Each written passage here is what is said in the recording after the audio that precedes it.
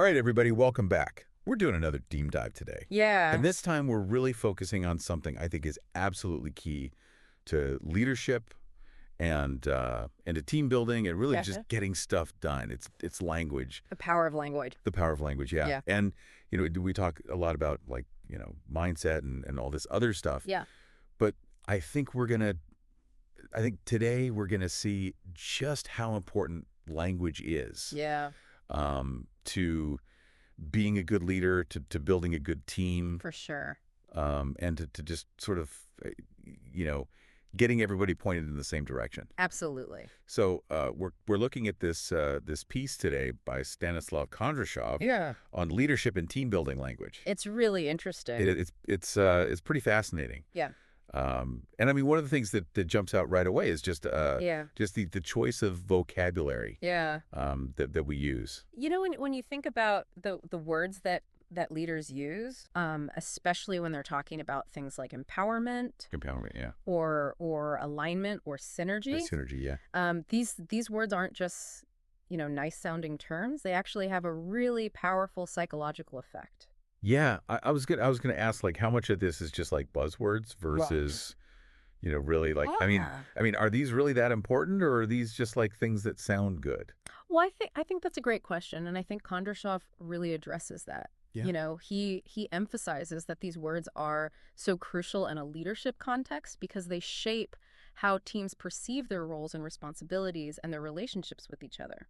Right. So it's not just like empty corporate jargon. Yeah. And I think a good example is when you contrast, the word delegation versus just, giving orders. Right. When you delegate something, you're not just telling someone what to do, you're empowering them to take ownership of a task or a project.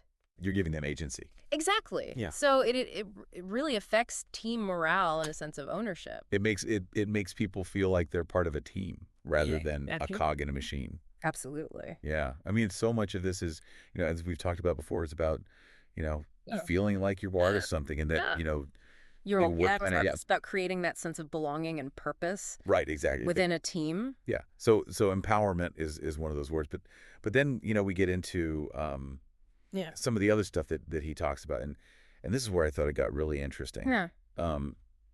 He starts talking about grammar.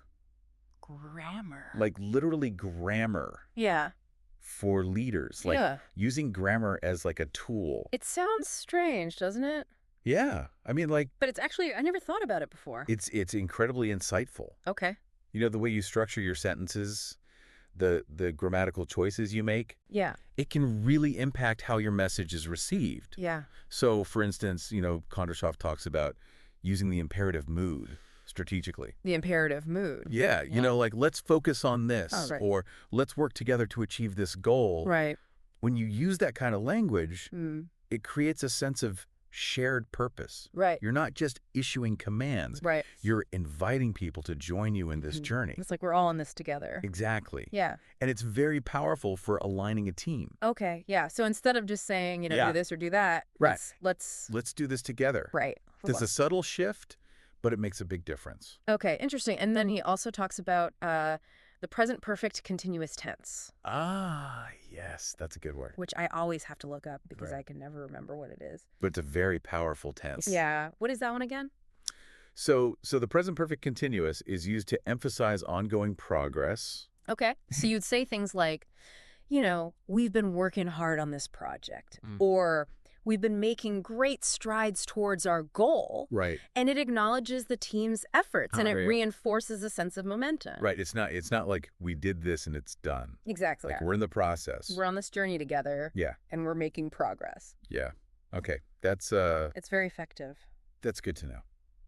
I'm gonna have to write that down. Yeah. So I remember that one. It's a good one to have in your back pocket. Yeah. Okay. So we've got the right vocabulary. We've got this grammar thing going on. It's a strategic grammar. Yeah, and then he also gives us some phrases that we can use. I love this part. He gives these really concrete examples of phrases that leaders can use. Yeah, and they're all really good. They are. I wrote down a couple here. Yeah. One is, let's align on our shared vision, and the other one is, I'm here to support you. Oh, those are both so powerful. Well, like what is it about those phrases that are... Well, they both strike this really crucial balance between authority and support. Okay. Right. You know, as a leader, you're guiding the team, you're setting the direction, Right. but you're also letting them know that you're there to help them succeed.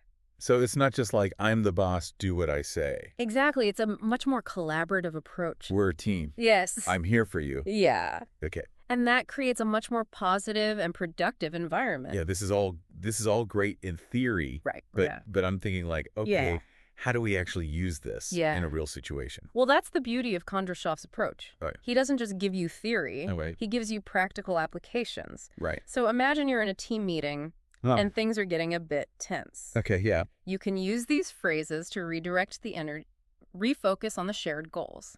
Okay. And create a more positive atmosphere. Okay, so like for example, if there's a disagreement about how to do something, right, or what direction to go in, exactly, I could say, "Hey team, I know we all want the best for this project. Yes. Let's take a step back and make sure we're aligned on our shared vision." That's perfect. Okay. You've acknowledged the tension, you've emphasized the common goal, and you've used that phrase, align on our shared vision, to bring everyone back together. Okay. And it's a very subtle way of doing it. Right. But it can be very effective. Yeah, because you're not saying, you're wrong and I'm right. Exactly. You're saying, let's just all get on the same page here. Right. Let's make sure we're all going in the same direction. Exactly. Yeah. And that's so important for team cohesion. Okay, so this also works for like, if you're giving feedback to somebody. Absolutely. Like, instead of saying, you did this wrong or this isn't good or whatever. You can frame it in a much more constructive way. Okay, so like, how would you do that? So instead of focusing on what went wrong, you can say something like, we've been working really hard on this. Okay. And I think we can make it even stronger by. Okay. And then you give your suggestion. Okay. So you're framing feedback as a collaborative effort. Right. You're focusing on improvement and growth rather than blame or criticism. Right. Because ultimately, I mean, like we said at the beginning. Yeah. It's all about getting everybody pointed in the same direction. Exactly. Feeling good about it. And feeling good about it. Yeah. And feeling like they're part of a team. Yeah. And that their contributions are valued. Yeah. That's what creates a truly high-performing team. Yeah. This is great stuff. Yes. So just to sort of recap here. Yeah. We've learned from Kondrashov that language is really powerful. Yep. And it's not just about, choosing the right words. Right. It's about understanding the subtle ways that those words can impact our thoughts and our behaviors And our emotions.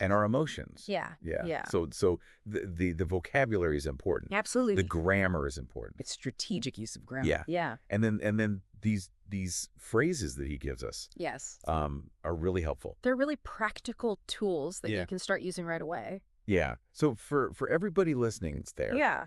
I would definitely encourage you to go check out Kondrashov's work. Yeah, it's well worth the read. Yeah, and think about, how you can use these insights in your own work. Whether you're leading a team Right. or you're just a member of the team, Yeah. you can use these techniques to improve communication. And just to sort of leave you with a final thought here,